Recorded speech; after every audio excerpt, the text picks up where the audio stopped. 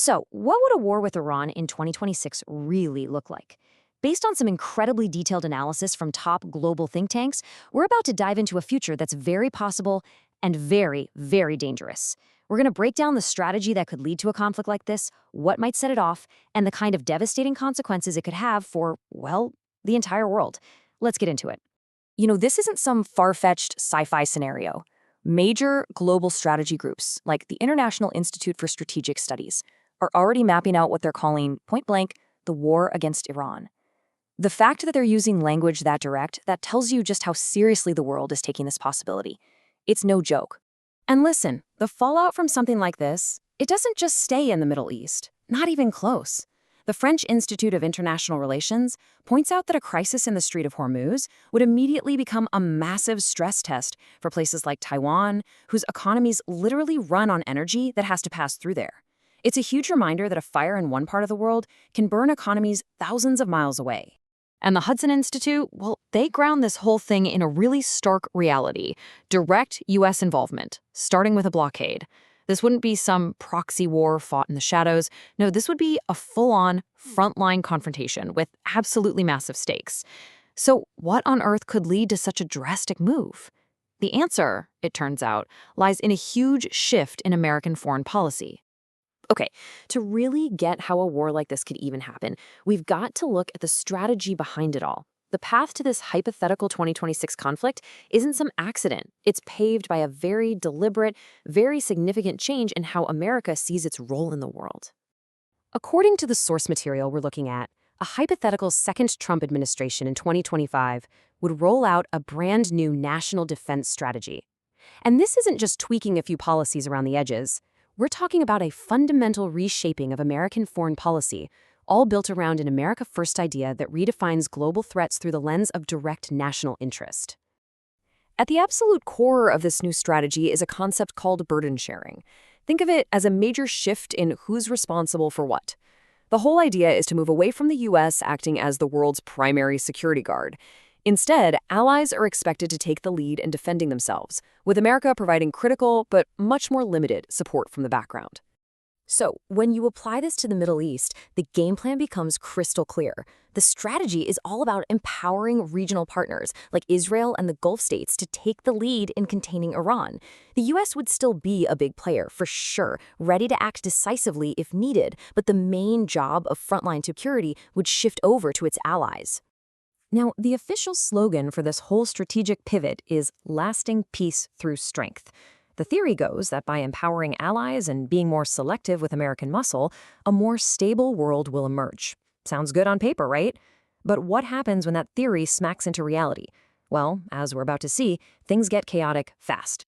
So the doctrine gets put to the test, and the consequences are immediate, they are severe, and they send a massive shockwave through the entire global economy, really exposing just how fragile our supply chains are. To give you an idea of the sheer scale we're talking about, just look at this number. Somewhere between 5,000 and 6,000 projectiles, missiles, drones, you name it, are launched across the region. This is not a series of limited strikes. This is a sustained, high-intensity conflict that just overwhelms defenses and paralyzes the entire area. And this image of smoke rising near Dubai's airport, this captures what that looks like on the ground. Suddenly, the Gulf states that host U.S. forces are no longer just strategic partners. They are direct targets. And their hard-won reputations as safe global business hubs shattered in an instant. The conflict also puts a giant target on one of the world's most critical choke points, the Strait of Hormuz. This narrow waterway is basically a superhighway for global energy. The threat of mines and attacks jeopardizes the flow of oil and gas to the entire planet. The economic damage is just staggering. Maritime traffic grinds to a halt. You've got entire countries like South Korea, Japan, and Taiwan sweating bullets because their supply of liquefied natural gas is about to get cut off. And even though oil prices might eventually calm down after a ceasefire, that initial spike sends shockwaves through every market on Earth. Now, for America's allies in the Gulf, this war isn't some distant strategic game they're watching. They are caught right in the middle of it, directly in the crossfire, and facing an impossible dilemma. The Carnegie Endowment for International Peace calls this a stress test for the Gulf states, and honestly, that feels like a massive understatement. This conflict would force them to stare their worst-case scenarios right in the face and question the security guarantees they've relied on for decades. You see, policymakers there are basically staring down two potential nightmares. On one hand, if Iran collapses, it could unleash total, uncontrollable chaos, civil war, refugee crises pouring across their borders. But on the other hand, an Iran that survives the conflict and comes out stronger would become an even bigger, more dominant threat. There are no good options here. None. And ultimately, the war serves as a really brutal wake-up call. It exposes the harsh truth of that burden-sharing doctrine. When you're on the front lines, just relying on a faraway ally for protection isn't enough to guarantee your own stability. A fundamental rethinking of security has to begin in capitals across the region. So, with the region completely transformed and the global order shaken to its core, the really big question becomes, what happens next?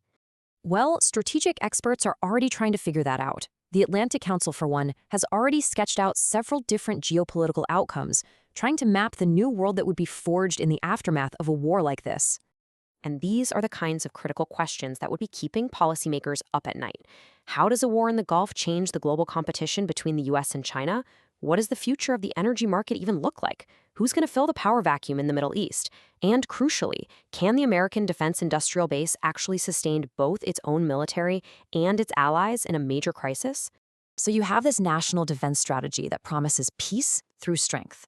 But the analyses we've just walked through, they paint a picture of a world facing deep instability, economic chaos, and massive uncertainty. It leaves us all with one final vital question. What is the true cost of that peace?